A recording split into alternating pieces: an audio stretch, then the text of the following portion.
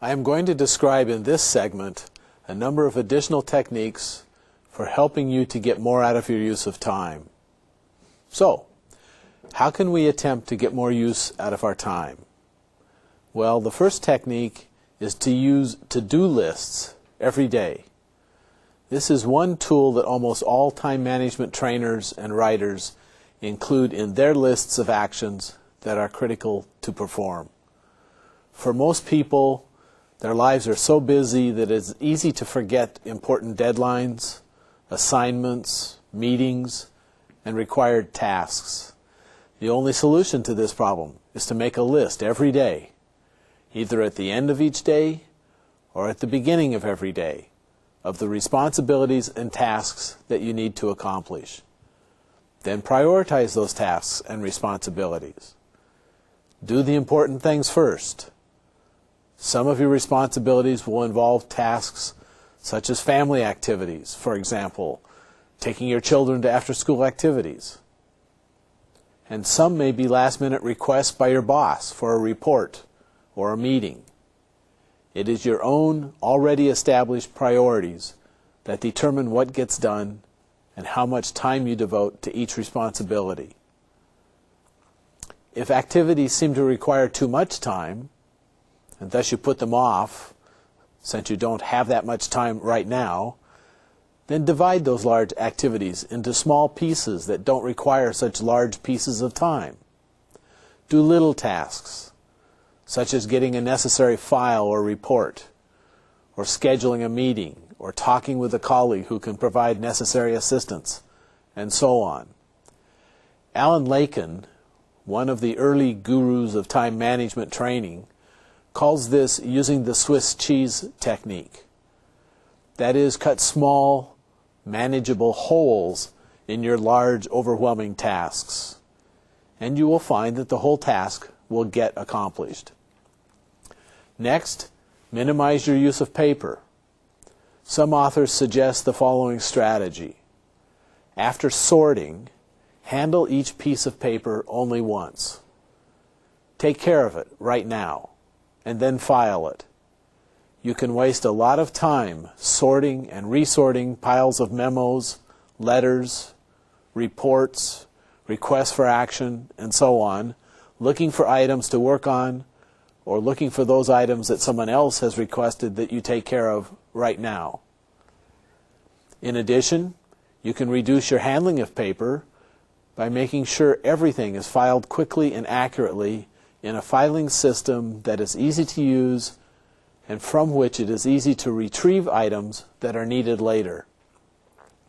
Today, the use of technology can also help minimize the handling of paper and can ease the constraints of paper filing and record storage.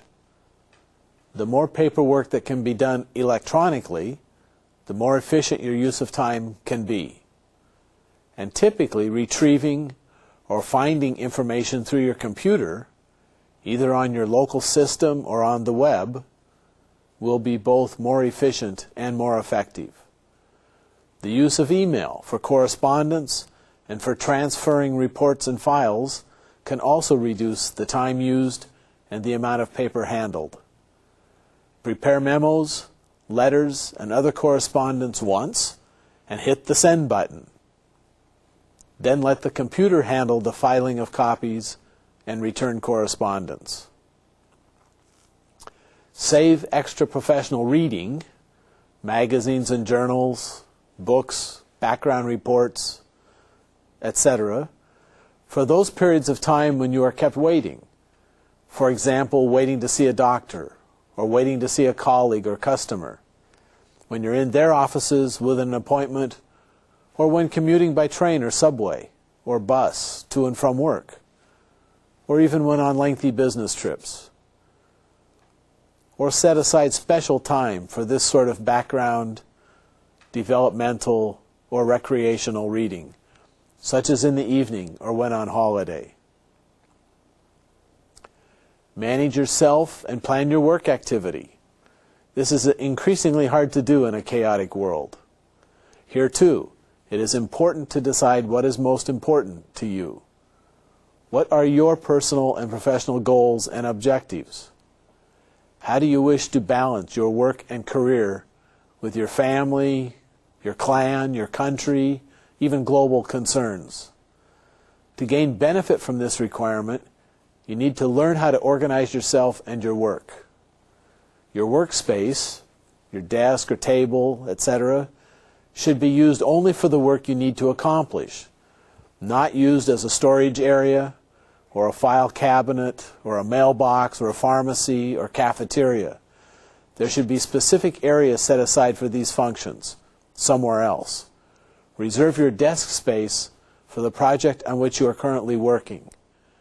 And again, this should involve only one project at a time.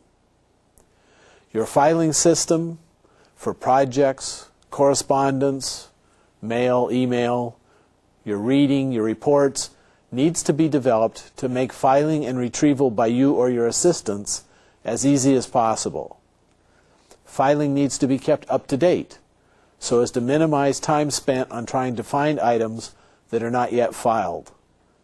Work with your assistant or assistants to set up the filing system so as to enhance your work activity.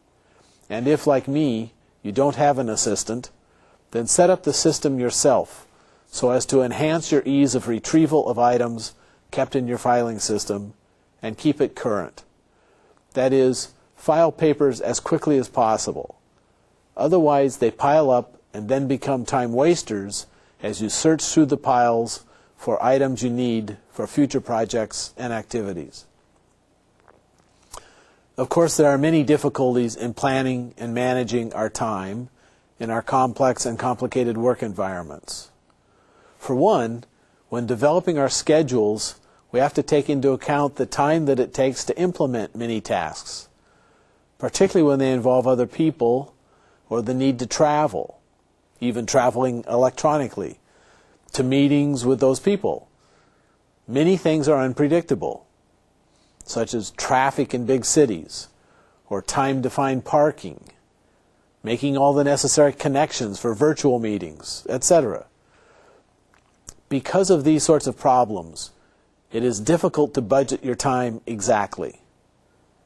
In addition, time for reflection, in order to forestall mistakes or to learn from them, time for team interaction and discussion, even time to establish a team's protocol for dealing with time problems, are all uses of time that are maybe impossible to plan and manage carefully.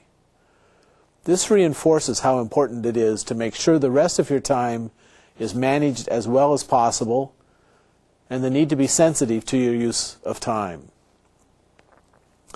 As the title of a recent bestseller book said, "Don't sweat the small stuff, and it's all small stuff." The point of this title and the book was that you need to learn to keep perspective, to not let the little things take over your lives or let them create such stress that you become unable to focus on what needs to get done, or even, as is said, sick with worry. As one of my mentors used to say, don't drown in a mud puddle. If you want to make a major issue of some task to the point where you experience major anxiety and stress over its accomplishment, then make sure that task is of major consequence, that it deserves to cause such significant stress and pressure. Very few things in life deserve this level of anxiety, so choose your battlegrounds carefully. Do things one at a time. Even though our chaotic and complex lives seem to require that we constantly multitask, that is, focus on and try to perform a number of tasks at the same time, research shows that working on one thing at a time leads to much better performance, clearer thinking and decisions, and fewer mistakes and corrective work, ultimately saving time and effort. For many, this takes some effort, but the results justify the effort required to re-engineer your typical way of working. That is, if multitasking is your normal way to work. Next, let's look at ways to manage your work situation. In addition to taking steps to manage yourself, there are a number of ways in which you can improve your use of time by managing your work situation. The ways in which you and your work group make decisions can be managed in order to effectively use the time required.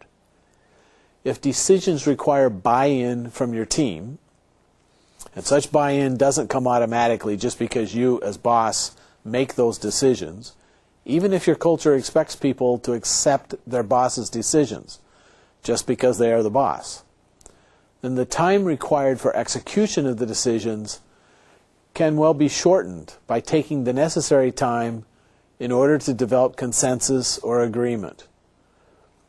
To make sure that the decisions made by the team are good decisions, you need to make sure that all the necessary information is considered, even to the extent of bringing into the discussion outside experts when necessary. Even better, from the perspective of the use of your time, if you supervise or lead a team of highly qualified and professional colleagues, then it can be even more efficient to let the group manage itself. That is, to pursue a strategy of team self-management. Delegate authority to the team and empower them to make decisions about their work and projects. Minimize the need to keep close attention to the work habits and outcomes of your colleagues, your teammates, your project members, or your subordinates.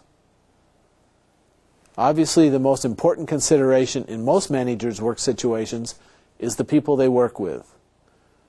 This includes bosses, peers, and subordinates. You can enhance your own use of time by helping them be more effective and efficient. Teach them the many ideas presented here. Make sure they understand the importance of managing their time and how important it is to you and your use of time.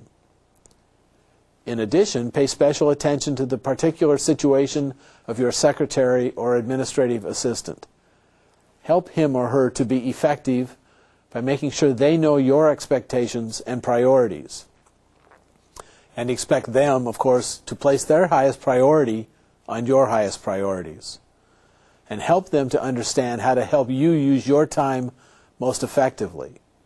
For example, as mentioned before, by creating and maintaining a highly user-friendly filing system. As illustrated when discussing time wasters, interruptions are seen by most people as a major source of time wasting. That being the case, you need to manage these as well as you can, of course within your cultural and organizational context. If frequent drop-ins by friends and acquaintances or telephone calls that may or may not be connected to your job are common and expected, then one must determine a way to still be quick to act within the context of global competition and global expectations. Maybe you allot certain periods for these unannounced drop-ins. Yes, that may mean trying to schedule these unscheduled activities and letting your assistant screen your phone calls, at least during certain periods of your day when you really do need to focus your attention on other work and tasks. Make return phone calls and respond to email correspondence only during certain periods of the day. Again, trying to gain some control over these uncontrollable events. Concentrating your time for such actions can make the time spent on them more effective, since you can focus your attention and resources. The last specific area of time management that I want to discuss has to do with time issues that arise when you work in virtual or cross-border teams. These sorts of global virtual teams, referred to as GVTs, are being increasingly used for many reasons, such as the desire to bring multiple country and cultural perspectives to bear on activities such as research and product development, and sometimes in order to provide round-the-clock attention to projects. As work gets passed off at the end of one part of the team's day to another part of the team in another location, and then maybe again a third time, as 3 8-hour shifts are used as the world spins through its various time zones. This ability to perform work in sequence can leverage time to the organization's and team's advantage. This ability to effectively bridge different time zones enables the global virtual teams to be productive over more than one work period. Unfortunately, having global virtual team members spread across different time zones also extends the workday and can lead to work delays and coordination difficulties, such as those caused by various national holidays and other slower-paced periods of work in team members' different countries and cultures. In addition, of course, team members from different countries are also likely to have very different visions of the meaning of time, which has an impact on their response times, on punctuality, on attitudes about deadlines, etc. For example, Americans begin to feel anxiety when they are 5 to 10 minutes late for a meeting or making a deadline. Germans feel such anxiety typically at exactly the time of the deadline. In contrast, the Japanese tend to show such anxiety beginning maybe 5 minutes prior to a meeting time or deadline. Many people in Latin America don't feel this anxiety until about 30 minutes or an hour after a meeting time or deadline. And some people in Africa even tend to begin to feel this anxiety only after about a day or 24 hours after a deadline. Clearly, there are regional differences, and these need to be taken into account when teams develop their schedules and when they plan their activities. All of these issues need to be discussed and certain protocols established when global virtual teams are created in order to minimize the conflicts and performance problems that arise from these differing approaches to time. These protocols should involve developing specific agreement on the precise meaning and understanding of things like deadlines and uses within various languages of verb tenses and nouns, norms on punctuality, attendance during video and telephone conferences, how to deal with misunderstandings, and so on. Additional assistance with time issues for global virtual teams can be provided by making sure that the teams have software and technology that is both compatible among all members of the team, no matter their country of residence, and provides ways to effectively handle coordination and communication, such as making priorities and deadlines explicit and providing reminders of approaching deadlines. Many organizations also find it helpful, indeed if not necessary, to assign a cultural facilitator to the team to help with these sorts of cultural differences. Finally, let me provide a positive summary of ideas about time that might help you cope with today's 24-hour society. First, keep asking yourself, what is really important? I started with this point, and I want to end with this point. As Stephen Covey says, first things first. And you are the only one that can determine what is first for you. It is important and necessary in today's 24-hour world to take the time to think about this and to establish your own personal priorities and balance. Secondly, I suggest that once you have determined your personal priorities and objectives, then do in fact give priority to minding your own business. Give your priority use of time to what is most important to you. This does not mean that what is important to you cannot include or even be primarily focused on service to others, even your boss and organization. Research suggests that indeed service to others is a cornerstone of happiness and feelings of self-fulfillment. These others can be family and friends, or they can be members of the larger community, or even the whole human family. And lastly, I suggest that in order to get full use of your time, efficiency and effectiveness, you need to schedule time for your inner work.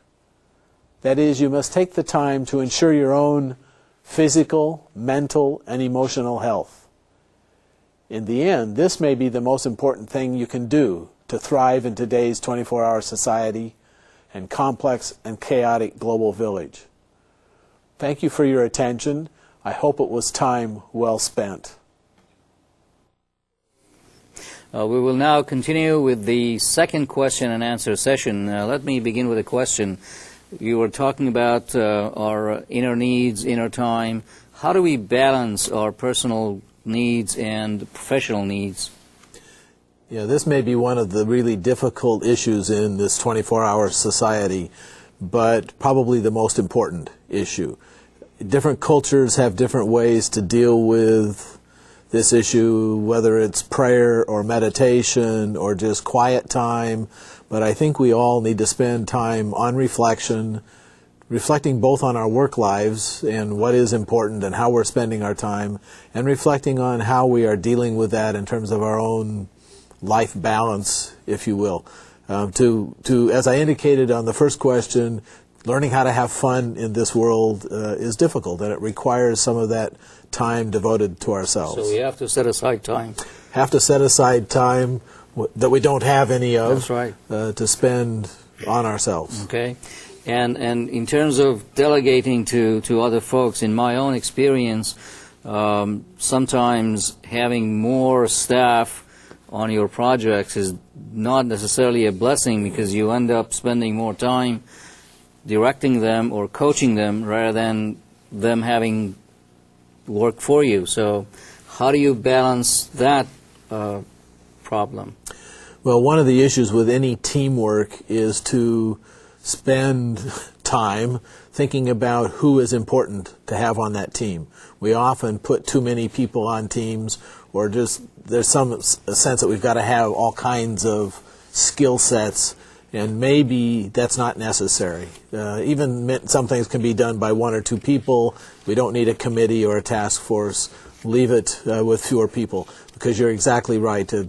We can spend too much time facilitating and dealing with interpersonal issues and dealing with the people issues if there are too many of them. Great. Our next question comes from Mexico. Go ahead, please.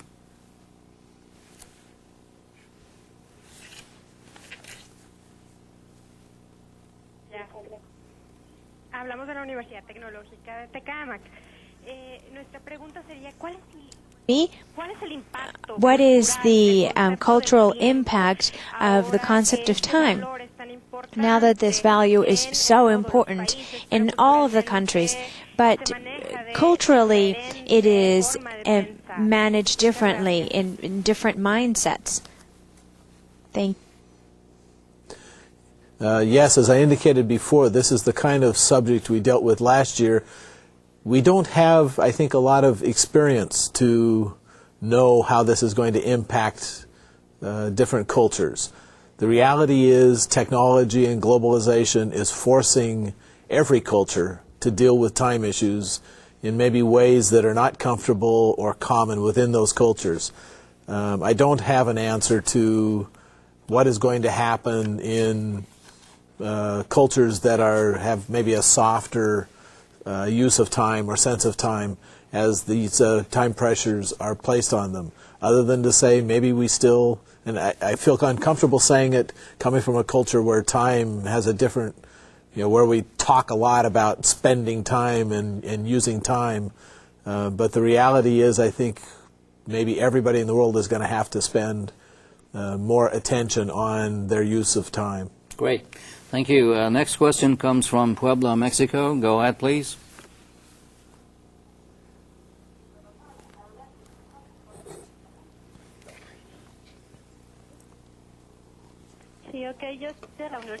Yes, this is from the University of Puebla, and my question is the following. And having everything so organized and so calendarized, doesn't this in any way pressure us? Thank you. Thank you for the question. I smile because, yes, it does. That's why I keep a card by my desk that says, take time to smell the roses. Yes, we can end up being victims of our calendars and of our schedules, and that's why I said at the end, ultimately we have to put first priority on ourselves and not on all of the other things that we have to do. But you are very right in raising this issue of time pressure being a stressor in itself if we get so tied to the schedules that we create, or feel like we have to schedule every second of our time. Great. Thank you for your excellent questions, but we have run out of time. We hope that you have enjoyed participating once again in this exciting multilingual and multinational program. We invite you to participate in the 8th video conference of the 2004 series, Success with World-Class Competencies, airing on October 21st, 2004, entitled Effective Visioning and Intuition, Blending Art and Science. For additional information on this video conference series, please consult your participant manual, where you will find the dates and specific topics for each program. On behalf of all of us, I thank you for your ongoing participation and interest in this program. Thank you, and see you soon.